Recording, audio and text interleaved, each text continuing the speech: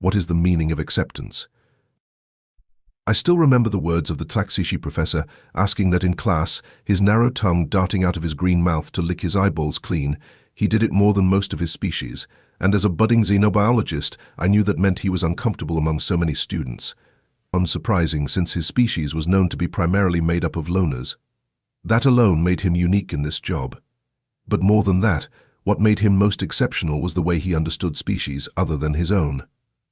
Hence his question, and it was the very question that launched whole careers, because it began with a race called Homo sapiens sapiens, or as they typically called themselves, humans. No answer followed his question, though many of us, with claws and tentacles and nails and more, were rapidly scrolling through the digital text to search for the word. The echo of his question faded away against the walls. And this too was what made him unique. Unlike most professors in the university, he conducted classes in person, demanding we socialize up close. For reasons none of us quite understood, it somehow made us better students, and little by little his policy was spreading to other instructors. What is the meaning of family? He asked the follow-up question, and our hasty searching picked up speed. My neighbor, a Chitilxian with a rubber touch assist over his slimy digit, was typing the new word into the search bar. A hand went up before mine, a biological classification including several subclassifications. The answer came from one of the miniature dwarf species, an avian race coated in spiny feathers. It came up no higher than my knee. His name was Chirapus, and he was top of the class. After me. My frustration burned as he outdid me, only for relief to flood air sacs when the professor shook his head. No, that is a definition, but not the one I mean. Our Tlaxishi professor, Sexlith by name, licked each of his 5 eyes in rapid succession. I knew that he hated correcting people. But I also knew that the definition he sought was not in this book, so I raised my fur-covered arm and opened my elongated jaw. My tongue wagged as I spoke, and I tried to keep my tail still when I said, "Professor, no other meaning is present in the book, please. Can you tell us what you mean?" In all my life I had never heard the noise he made next. It was clear he was imitating some species we had not seen up close, and here is where it all began. He pushed a button somewhere out of view, and a curious creature appeared on the screen, while his mouth made this haw-haw-haw kind of noise that couldn't have been natural to him. On screen was a bipedal species with fur on their round heads, small thin lips and only 2 arms. This is the species you will learn the answers to those questions from. If you can understand this species, you can understand any species. In my 150 cycles of instruction and research, I have never found another like this one. They bond with inanimate objects, that fictional characters, unknown infants, outsiders, as strongly as Vastionoviraptor with its own eggs. We gasped, chirped, gulped, belched and rattled. Whatever our own expressions of shock as different species, we made it. I know, it sounds impossible. But this is the only species that is capable of finding family and forming communities out of any species, or at least any that they have ever been observed with. They domesticate predators and bond even with species that might otherwise eat them. If one is rejected by its parents, it may find new ones or ones to fill that role. There are stronger species, there are smarter species, there are faster species, there are longer-lived species. But there are no species more passionate. They are in their mating season all year long and constantly form new groups that grow and change. If you can get one to bond with you, they will die for you without regret. There is no species so full of contradiction as the Homo sapiens sapiens sapiens. They love more deeply, hate more deeply, laugh. That was that noise I was making earlier. And are both greed and generosity given flesh. They appear weak, but because of all these contradictions, they are not only the apex predator of their planet, but no invading armada dares cross into a system where a human colony has formed bonds with others. The great victory of 47,592 was brought about by this species acting on a distress call from my own species when I was a child. A human starship responded instinctively to our call for aid and destroyed themselves in a suicide run which crippled the invaders. Self-termination for another species. The professor paused at the rhetorical question. It did seem at odds with all reason. No species I knew would do that. And though I'd heard of that victory, the strange vessel was barely a footnote. Humans were not even named. A low rumble of uttered doubt passed among us all. I promise you, it is true. I was there. That was the cause of the peace which followed. Self-termination for another species was unheard of, and the Zenti didn't know what to make of it. I was present on the station while the impromptu negotiations took place, and the study of humans by both sides began. I knew I had to learn more, and spent my life among them as soon as I was able. I spent 100 of their years in a single human community. Within 10 years I gained acceptance. Not long after that I was neighbor, then brother and uncle. I watched their generation grow and age and die. And to my shock, I felt that grief myself. To know humanity's depths is to find them in ourselves. That is how I got here. That is why he leveled his shaking fingerclaw out toward us in our seats, and we all sat a little more alertly when he did so. You are sitting among one another. All of you comprise long-lived species, 300 years on the high end, and all of you will spend the next 50 years in an extended study of the humans. You will join their communities, learn about them, and about yourselves. When you are through, you will know what family means in a way that you never dreamed before, and carry that spark out to all your home worlds from there. Who can say what will happen? But I think we will have a better galaxy for it. I don't know why I felt so certain that he was right. Maybe because his reputation was so widespread? Maybe because he'd chosen us, hand-picked each of his students, and his faith in us made us more confident in him. But whatever the reason, I was suddenly even more eager to study than before. And even if I don't like it, what's 50 years, I thought? What I didn't know yet, but would know beyond a doubt when I was in the last days of my 50th year, that the answer to my question was the best years of my life. But I'm getting ahead of myself. Of course I should tell you my species. I'm Dlamisa. We're a furry species with 4 upright ears on each side of our head that are slightly triangular, with tails that grow about as long as a human arm, curved legs that are fixed at the knee, and though we have 2 arms, we're capable of locking the elbow joints so that we can run on all 4s as well as on 2 legs.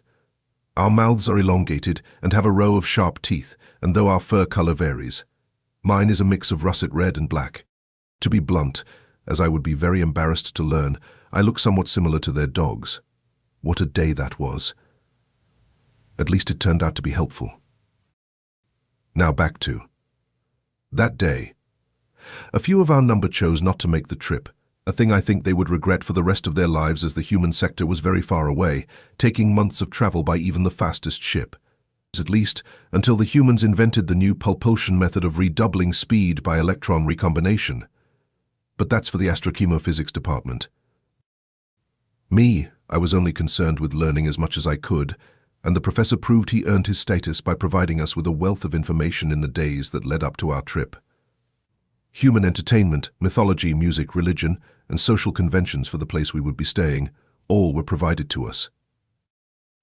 That was the first time I realized just why Homo sapiens sapiens can be so terrifying. It wasn't their love of fear. There were whole genres of entertainment that kept their psychology on edge, but that in and of itself was enough to drive 2 more students to drop out. Fear is something all other known species avoid, but humans embrace the void. I found it fascinating. The part that scared me was what it took for humans to picture a threat. Gods? Demons? Natural disasters that wipe out planets? Aliens whose technology defied reality? Humans needed the impossible to feel threatened. Anything else was just an ordinary galactic minicycle, and in all their terrifying films and televised series. The story was a journey to human triumph. Some thought it was self-aggrandizing, but our teacher put it this way. Humans made that leap into the void in 1/10 of the time it took my species to find the courage to do so. Humans define themselves by their will to overcome anything, this to drive themselves to the limit and push beyond to make new limits for the next generation to overcome. Dying for a friend? Dying for an ideal? A human will throw away their life for an infant where Mott would consider their offspring expendable and just make another. And they will die happy if they believe their death made a better tomorrow. Their films tell us that they see themselves as having boundless potential. And when I was a small one, listening to the telecom where the humans came in with cannons blazing just because they said they would help us, I came to believe in it too.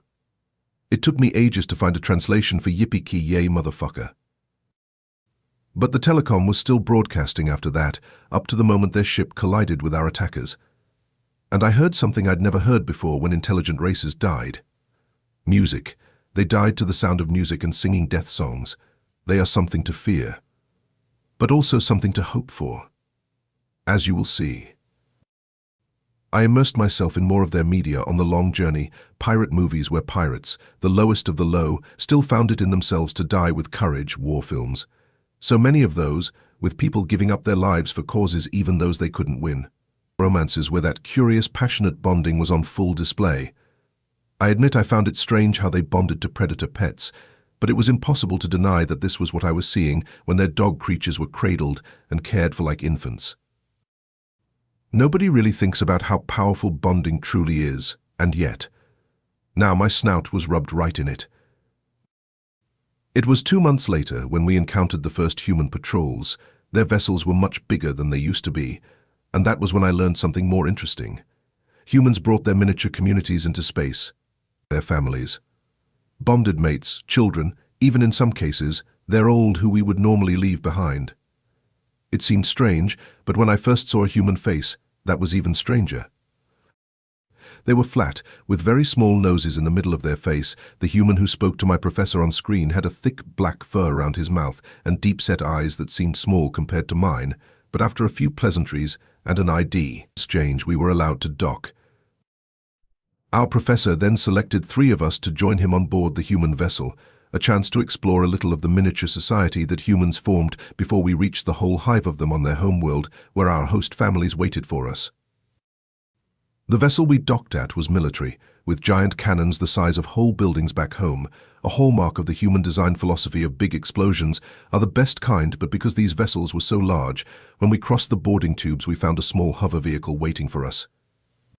This highlighted my second experience with human design philosophy.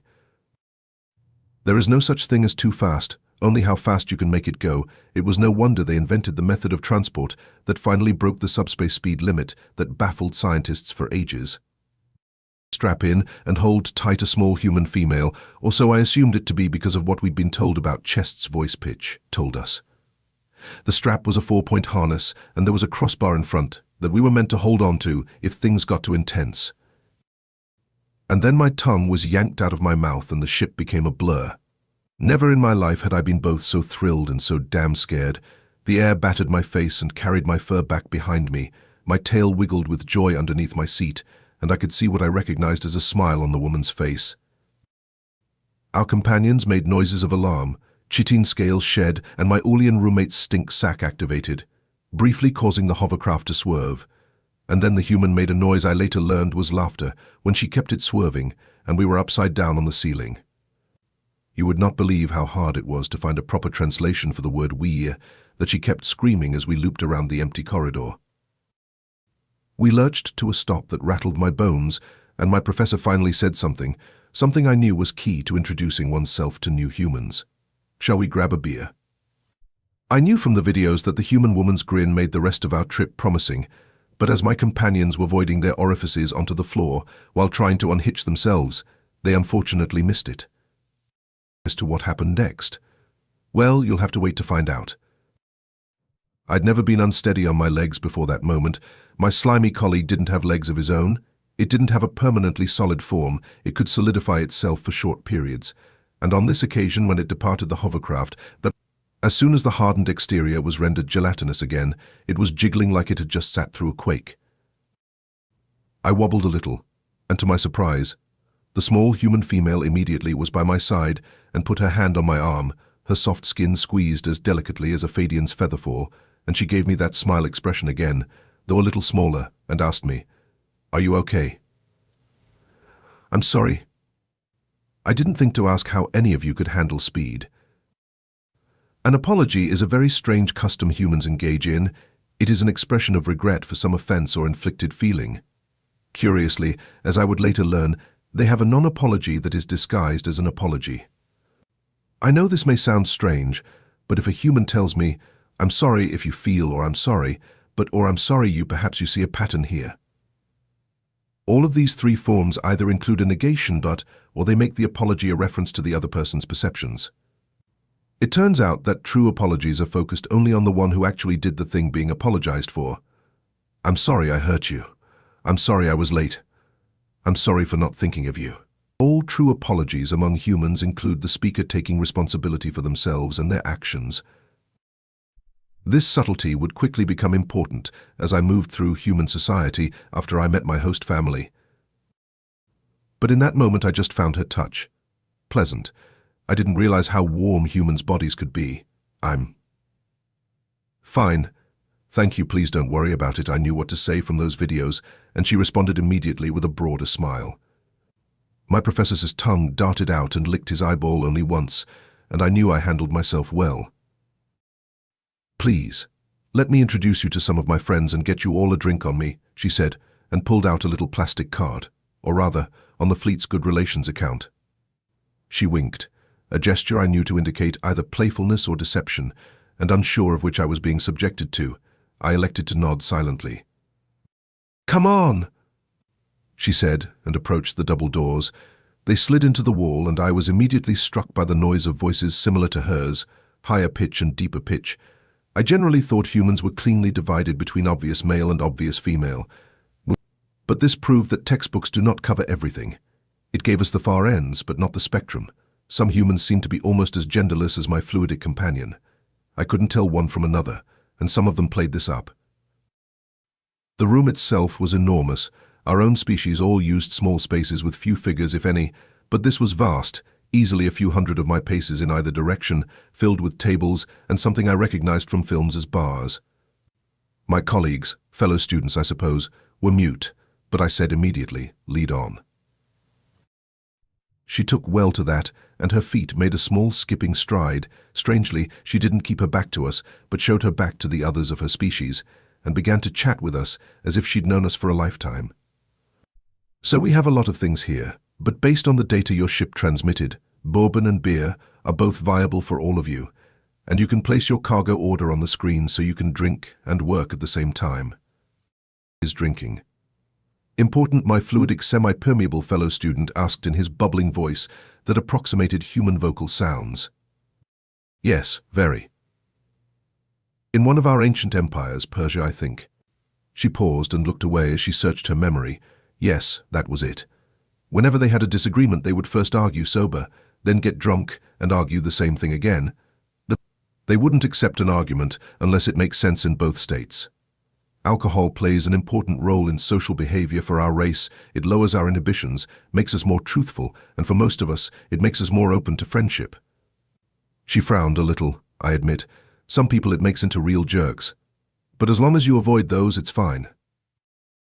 By the time she said that, her back smacked into a golden tube that ran along the edge of the bar behind which a towering wall of human meat stood.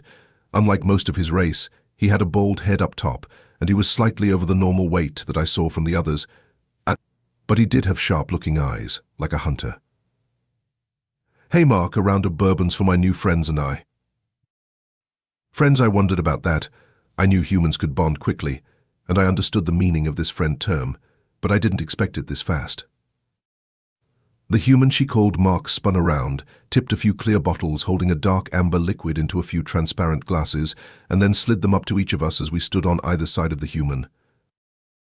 "A toast," she said, and raised up her glass before we could drink. "This is liquid. Is not toast bread that you have cooked twice?" the burbling voice of my colleague asked, and both Mark and our new human laughed. "He's funny. I'm Lisa, by the way. And no, well, yes, but also not because it's something we do before we drink. It's where we make a wish for something good. You're travelers, like us, so we have this tradition on our ship. When we encounter travelers, we raise a glass and toast, that we wish for safe travels for those we meet.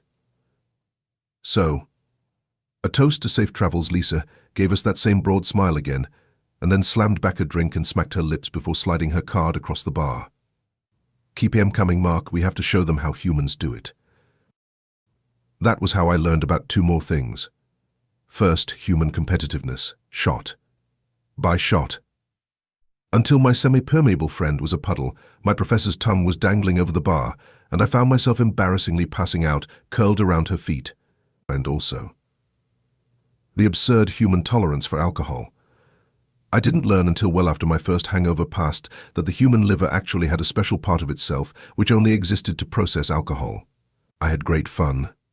I think, from what I remember. Before I continue, I should add that this was not my last experience with Homo sapiens sapiens and alcohol. It was my first and my most painful. At least with the aftermath. But those other times lie ahead, assuming you read on in this humble manuscript. For now, it is enough to know that I woke up with a splitting headache, my professor slurring his words with a limp tongue, the chitin half shed from one companion. He got so drunk he molted halfway and passed out, while our slimy colleague took another half-day to rise beyond a puddle of his former self and utterly unable to speak. But we did wake up in a single room, each of us with a small wicker basket and a bottle of that wonderful stuff, along with a friendly note from a friend I would never see again. Lisa wrote a little scrawl that took hours to translate. To this day, I think she was drunk when she wrote it, but it read, "To toast to safe travels with the next people you meet, who have a long way to go before they get to where they're going. All the best, Lisa." My mouth didn't really let me smile, but the warmth of her well wishes reached me somehow, as did the memory of that first human touch. That kind of openness and welcome isn't found anywhere else that I have ever seen, not before and not since, at least not away from humans. Of course, today I know that she was somewhat exceptional, even for her kind. Not everybody is like that, but it was genuine, and it was far from rare. To understand the importance, the significance of this, I need to point something else out. Human diplomacy is second to none. They are, most of them, uniquely attuned to searching out the needs of others, their fears, their hopes, and presenting themselves as the ones who can meet or dash them. Human diplomacy has become the bridge across which species have moved to make peace. Understanding others is the thing they are arguably the best at. Their uniquely social species has set them up as the arbiters of choice for multiple races, and in that ordinary human, I understood why. Because the good ones, they really care. Even a stranger can matter to them as if they're needed, even if they'll never see that one again once they've given help. It's a very strange thing, but it helped me believe my teacher when he talked about the self-termination run that the humans launched just to rescue one outpost full of civilians. I never did see Lisa after that. The cargo was loaded onto our ship, and we were being escorted by the vessel we'd so recently traveled upon. The endless stars in the void still terrified so many that, quite frankly speaking, most races had very few who were willing to traverse the stars. Dollarers and remote ships were the norm. But humans seemed to embrace it like they were born there. Some said they were, that their race evolved on Earth from material that first formed in space, or on their planet Mars that was shot to Earth by an impact from orbit. Nobody knows for sure, but the result, whatever the truth, people who play music in the unbounded dark go singing to their deaths. And when the alarm rang announcing pirates, the reason why nobody in their right mind, what was the word, humps with humans. No, they have another term why nobody fucks with humankind. The Zenti were shut down a lot of their military in the post-war era, but a handful of them simply took their ships and ran, becoming raiders, minor warlords and pirates wherever patrols were few. But most didn't last. Or if they did, it was because they went into hiding. I guess our vessel looked too tempting. Not surprising, education vessels were filled with elites that could be captured and traded for ample goods and resources. Perhaps that was why they attacked even knowing they were in human territory. The ship shook harder than I did when getting off that hover car, and alarm stinks, pheromones, cries and screeches were audible in every direction. I looked to my teacher for reassurance, and to my surprise, he was not even licking his eyeballs. "We are in human space. Just wait," he said, and pointed to the window to the void where a fleet of a dozen ships came into view. They were green with wide wings on which a row of cannons sat. Their pulsing rays battered our shields and the ship shook like mad, and it was only my teacher's preternatural calm that allowed me to keep from voiding my bowels and hiding in fear. They gave us drink. They gave us food and supplies. They promised us safety. "We will be fine," he said to reassure those who had their doubts. Me? I wondered if Lisa was going to be on the ship he anticipated coming to our aid. And that in and of itself was surprising. Why did I think of her? I've never thought of anyone else of any species so quickly before. These people, they are infectious, and over the telecom device came something my professor promised would come in human space. Music. I didn't know what it was called at the time, but now I know its name. Ride of the Valkyries. And human voices came through every channel. I rushed to the window as fast as my wobbly legs and substantial hangover would permit, and pressed my eyes to the window to see for myself. Nobody rushed into a fight like this, not even my homeworld. The human ship emerged from the purple gas cloud where it lay in wait, and though it was one alone, it began to fire from its many cannons, and explosions rocked the space around the Zenti pirates. "Not to worry, just carry on your voyage. We'll handle these, and safe travels." I recognized the voice of the dark-furred human, forceful and, as I would later understand, proud. Humans had something curious about them, a work ethic not often found outside of artisans. They take pride in the things they deem their purpose, their profession. Whether they are a janitor or an admiral, they proclaim excellence in their chosen craft as one of the highest virtues. And for their admiralty, that apparently included courage. I watched the fight between the human ship and the pirates as they broke off to engage the authorities, and watched as one by one the raiders were set to listing, their ships burning in space, each one disabled, broken, or shattered into a million tiny pieces, so small that it was like they never existed at all. Before long they were out of view, and I couldn't see it anymore. They are a rare type of predator. An active hunter species, those almost never develop civilizations. The others are all sedentary, almost to the last inhabited world ... but theirs. The humans evolved to run their prey to death, or walk them to death. They are the only known species in the galaxy that can run all day and night. The known record for a human was one who ran for more than 3 days and nights without stopping before he collapsed. My professor said it like he was telling me the time. And I got a sense of just how dangerous this race could be if they were provoked. It seemed so odd to think of Lisa and Mike then. They seemed so friendly, and so non-threatening without even claws or sharp teeth to speak of.